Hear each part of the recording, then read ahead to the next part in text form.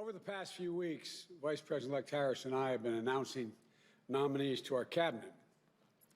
There are people of the highest character, varied experiences and backgrounds. We're going to help us beat this pandemic, keep us safe and secure, and build our economy back better than it ever was. They include longtime colleagues and new faces and new voices. They include people who share my views and those who have different views. They include people who supported my campaign from its earliest days and people who ran against me. They're experts in policy, leaders tested by crises, and by the end of this process, this cabinet will be the most representative of any cabinet in American history. We'll have more people of color than any cabinet ever. We'll have more women than any cabinet ever. We'll have a cabinet of barrier breakers, a cabinet of first. I know how proud presidents are when they're able to achieve a first in their cabinet. I remember when President Clinton named the first ever woman to be Secretary of State. I was there when President Obama named the first ever black Attorney General. But compared to my predecessors, the Harris-Biden cabinet is first among cabinets of all the firsts it represents. The first ever woman, the first black woman, the first woman of South Asian descent as Vice President behind me on the screen. The first ever black Secretary of Defense, the first ever Latino head of the DHS, and the first ever Latino head of HHS. The first woman, I should say, of South Asian American descent to lead OMB. The first woman and Asian American to lead the United States Trade Representative, as our lead United States Trade Representative. The first black woman to chair the President's Council on Economic Advisors. The first ever woman to hold Alexander Hamilton's position as Treasury Secretary. Our cabinet doesn't just have one first or just two of these firsts, but 8 precedent-busting appointments.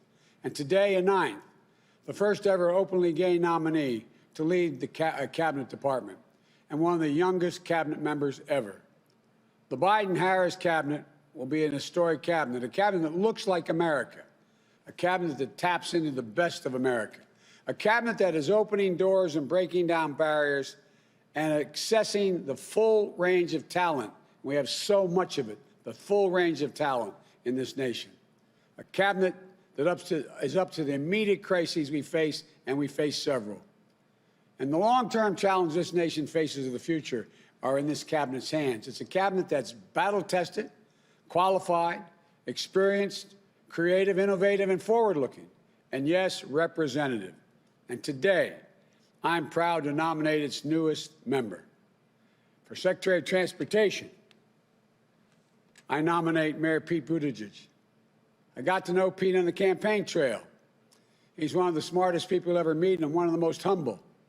A mayor from the heartland, a management expert, a policy wonk with a big heart, a veteran, a lieutenant in the United States Navy Reserve, an intelligence officer deployed to Afghanistan while he was mayor. A new voice with new ideas, determined to move past old politics. The son of professors, his husband is an educator. Always, always a mark of good character, is the way I look at it. And by the way, Jill and I have always enjoyed seeing Pete and Chasten, I should say, together on the trail. Chasten has become a close friend of Jill's and mine. And what I admire about Pete is he's always clear about who he is, what he believes, and how he wants to bring people in, not exclude them. He's able to walk into any room, leave people inspired with his ability to describe an America that's best for us, all of us. An America that's hopeful, bold, creative, inclusive. An America that can do literally anything. The Department of Transportation services a critical mission with critical responsibilities, particularly in this administration. We need someone who knows how to work with state, local, and federal agencies. For example, right now, 1 in 5 miles of our highways are still in, quote, poor condition, according to the Society of American Engineers. Tens and tens of thousands of bridges are in disrepair, some on the verge of collapse, presenting a clear and present danger to people's lives. We're the world's richest nation, but we rank 10th. We rank 10th in overall quality of our infrastructure, according to the World Economic Forum. But there's so much we can do. When I think of climate change, I think about jobs, good-paying union jobs, jobs that put Americans to work, making their air cleaner for our kids to breathe, restoring our crumbling roads, bridges, and ports, making it faster, cheaper, and cleaner to transport American-made goods across the country and around the world. I know that when you were mayor, Pete, when people would come in to try to decide whether they're going to build something in your area, they'd say, where's the nearest railroad head? What about the water access? What about, and so on. This is going to attract businesses. Jobs that lay the lines for the second great railroad revolution, which is not only will slash pollution, but will slash commute times, open up investments in areas connected to metropolitan areas for the first time. You know, we selected Pete for transportation because the department is at the intersection of some of our most ambitious plans to build back better. When President Obama put me in charge of implementing the Recovery Act, which was over $800 billion to take us from crisis to recovery to resurgence, modernizing our transportation infrastructure, our roads, bridges, and ports were some of our most critical investments. We invested more in infrastructure than any time since President Eisenhower in the interstate highway projects. You know, they're projects that traditionally receive bipartisan support, that forge public and private partnerships. When we do those public and private partnerships and we invest federal money, we pull billions of dollars of private investment for every dollar we put in, federal dollar. And they put millions of Americans to work, strengthening our economy, our economic competitiveness, and rebuilding our communities for the future. Pete's got a great perspective of a mayor that solves problems and brings people together. He's got a vision of a next-generation leader, and with experience and the temperament to lead change today, to dig us out of this economic crisis.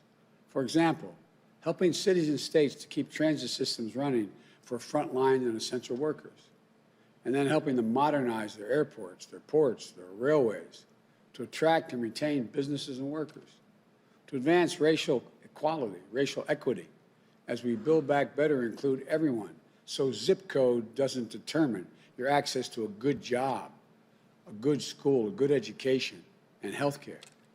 To deal with the existential threat of climate change with real jobs, not just $15 an hour job, which I'm going to call for universally, but for prevailing wages, union jobs, paying $45, $50 an hour in benefits. Helping cities across the country in red states and blue states, red cities and blue cities, to build more climate-resilient communities to deal with the more extreme floods, droughts, and superstorms. Just look around the country today. What are we faced with? The West is burning. The Midwest is being flooded. The East Coast is being pummeled by more tornadoes and storms than it's ever had.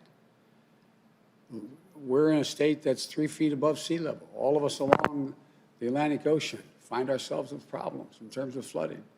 Look, working with states, businesses, and labor to install 500,000 charging stations for the next generation of clean vehicles, smart grid system, reducing energy consumption and ushering in a clean energy economy all across America. Some of you may remember I met with 5 leading CEOs in America and 5 leading unions in America. And the president of General Motors, after our conversation, our joint conversation, picked up the phone and called, I'm told, California, and said they're dropping their suit against California. They're all in on making sure that we're the first in the world to have switched to and be able to get to a carbon neutral economic way to power automobiles as a consequence of dealing with electric vehicles. We can own the electric vehicle market. It can put, with those 500,000 charging stations, if we can put 1 million jobs back in Detroit and in the Midwest, building cars. You know, Pete's can also carry out the department's duty to keep Americans safe on our roads and our highways and on our skies. Pete's going to help build back better with jobs and hope, with vision and execution.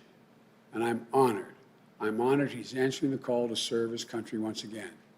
So please welcome the next Secretary of Transportation, Pete Buttigieg. paint's all yours, once they clean it up. You next to do? Oh, you got it, okay.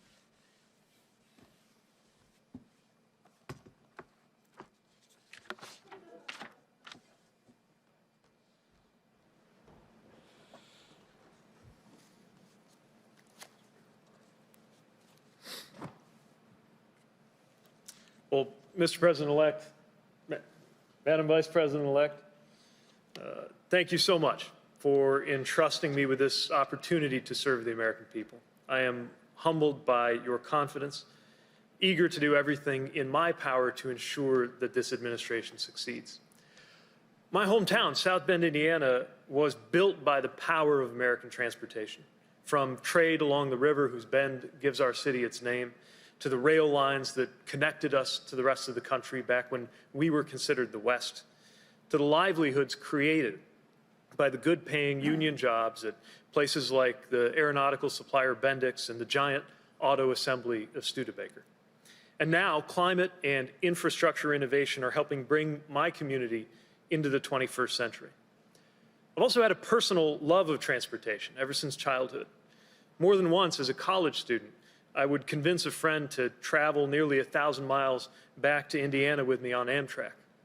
Though I know that in this administration, I will at best aspire to be the second biggest train enthusiast around. I spent a spring break in graduate school aboard a cargo ship studying there. Travel in my mind is synonymous with growth, with adventure, even love, so much so that I proposed to my husband, Chasten, in an airport terminal. So don't let anybody tell you that O'Hare isn't romantic. And I want to take this chance to thank Chasten for everything that he gives and everything that he sacrifices to support me in public service. First time I ran for office was on a platform of supporting the Obama-Biden administration's rescue of the auto industry. And when I did first take office as mayor, in a city fighting its way out of the teeth of the Great Recession, infrastructure was at the heart of our vision. We reimagined how vehicles and people moved through the city, unlocking new economic vibrancy in our urban core. We built up partnerships, from a regional collaboration to improve rail service, to the public-private partnership that put our city at the cutting edge of bicycle mobility. We developed new forms of support for lower-wage workers in their commutes and added electric vehicle charging infrastructure to help prepare for a more sustainable future. We also dealt with the challenges created by generations of often inadequate state and federal infrastructure funding. With just enough resources to replenish the paving of every lane mile of street in our city only every 100 years or so, I faced a constant battle with that natural enemy of all mayors, the pothole. And in a community where more than a quarter of our residents lived in poverty, we worked to fill in the gaps that were created when underfunded transit resources left too many cut off from opportunity just because they didn't have the means to own a car. At its best, transportation makes the American dream possible, getting people and goods to where they need to be, directly and indirectly creating good-paying jobs. At its worst, misguided policies and missed opportunities can reinforce racial, economic, and environmental injustice, dividing or isolating neighborhoods, undermining government's basic role to empower everyone to thrive. And now comes a historic opportunity. This administration can deliver policies and resources that will create jobs, rise to the climate challenge, and equitably serve all Americans, all while continuing to ensure the safety of travelers and workers alike. America has given this administration a mandate to build back better. And step one in building back better, literally, is to build. Americans shouldn't settle for less than our peers in the developed world when it comes to our roads and bridges, our railways and transit systems. The U.S. should lead the way, and I know that in this administration, we will. We'll bring together leaders and communities from every corner, labor and business, left, right, and center, urban and rural, communities of color, tribal nations, mayors, counties, states, everyone who has a stake in American infrastructure to design a better future. Americans expect us to see to it that the idea of an infrastructure week is associated with results and never again a media punchline. My view of this opportunity is also shaped by being the youngest member so far named to this cabinet and the first millennial invited to a seat at that table. Newer generations have a lot at stake in infrastructure policy that, by its nature, must contemplate both the immediate and the long term. The question of how America will look by the middle of this century, the competitiveness of our economy, the security of our climate. For me, this isn't academic, it's personal. I'm also mindful that the eyes of history are on this appointment, knowing that this is the first time an American president has ever sent an openly LGBTQ cabinet member to the Senate for confirmation. I can remember watching the news, 17 years old in Indiana, seeing a story about an appointee of President Clinton named to be an ambassador, attacked and denied a vote in the Senate because he was gay, ultimately able to serve only by a recess appointment. At the time, I had no aspirations of being appointed by a president to anything. At that age, I was hoping to be an airline pilot. And I was a long way from coming out, even to myself, but still, I watched that story. And I learned something about some of the limits that exist in this country when it comes to who is allowed to belong. But just as important, I saw how those limits could be challenged. So 2 decades later, I can't help but think of a 17-year-old somewhere who might be watching us right now, somebody who wonders whether and where they belong in the world, or even in their own family. And I'm thinking about the message that today's announcement is sending to them. So thank you, Mr. President-elect. Thank you for honoring your commitment to diversity with this administration that you're assembling. And thank you, Madam Vice President-elect, for your trailblazing leadership, your encouragement, and your friendship. There is no greater source of meaning in professional life than the chance to serve others. I felt that meaning every time I laced up my boots when I was in the military, every time I came to work when I was a mayor. And I feel it here now, joining this historic team with such an important mission, preparing to deliver for all Americans. Thank you.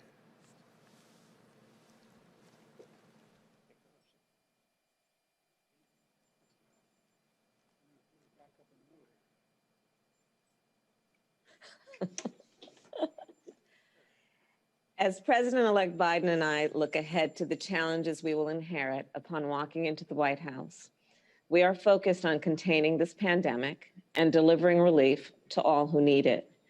We are focused on safely reopening our schools and responsibly reopening our economy. And as we've said many times, we are also focused on building America back better and doing what is necessary to lift up all Americans, no matter where they live, whether it's in big cities, rural areas, or any place in between.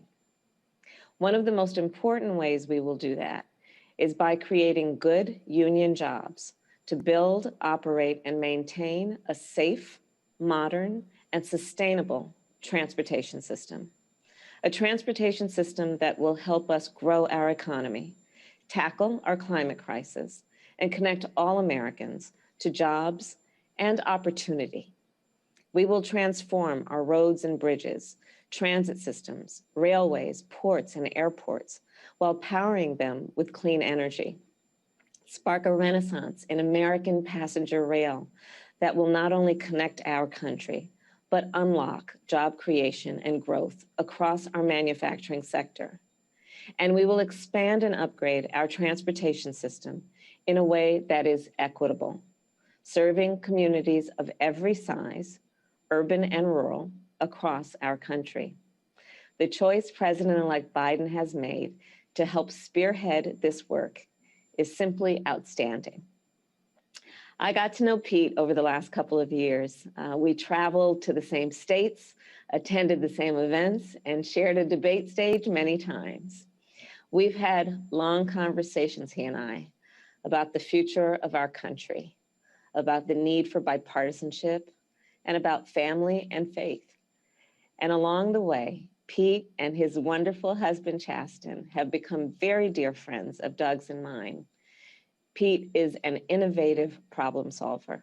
He has a sharp intellect and a deep commitment to uniting people across party lines and meeting our challenges together.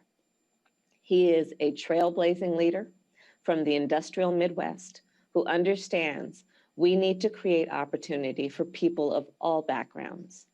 And he is, of course, a veteran and a dedicated public servant who represents the very best of our country and the next generation of American leadership. Now, Pete will bring his remarkable talents to bear, not just on behalf of the people of South Bend, but on behalf of the people across our nation. In 1966, upon creating the Department of Transportation, President Lyndon Johnson said, "America's history is a history of her transportation." With Pete's leadership, we are ready to write the next great chapter in that history, modernizing our infrastructure, creating jobs and opportunity, and helping to usher in a clean energy future for the United States of America. Thank you, Mr. President-elect, and welcome, Pete. Thank you. By the way, I called the elect and for not getting on the highway in the middle of a storm about to come up here. She wanted to be here, Peter, as you know. So thank you all very, very much. And if you have to travel, we're working on that right now. I don't want to get ahead of the line, but I want to make sure that we demonstrate to the American people that it is safe to take. They're working on that plan right now, and when I do it, I'll do it publicly, and so you all can actually witness my getting it done. Are you confident that you did nothing wrong? I'm confident. The stimulus package is encouraging. It looks like they're very, very close, and it looks like there's going to be direct cash payments, but it's a down payment, an important down payment on what's going to have to be done beginning at the end of January into February, but it's very important to get done. I compliment on the bipartisan group on working together to get it done. Thank you all very much and have a good day.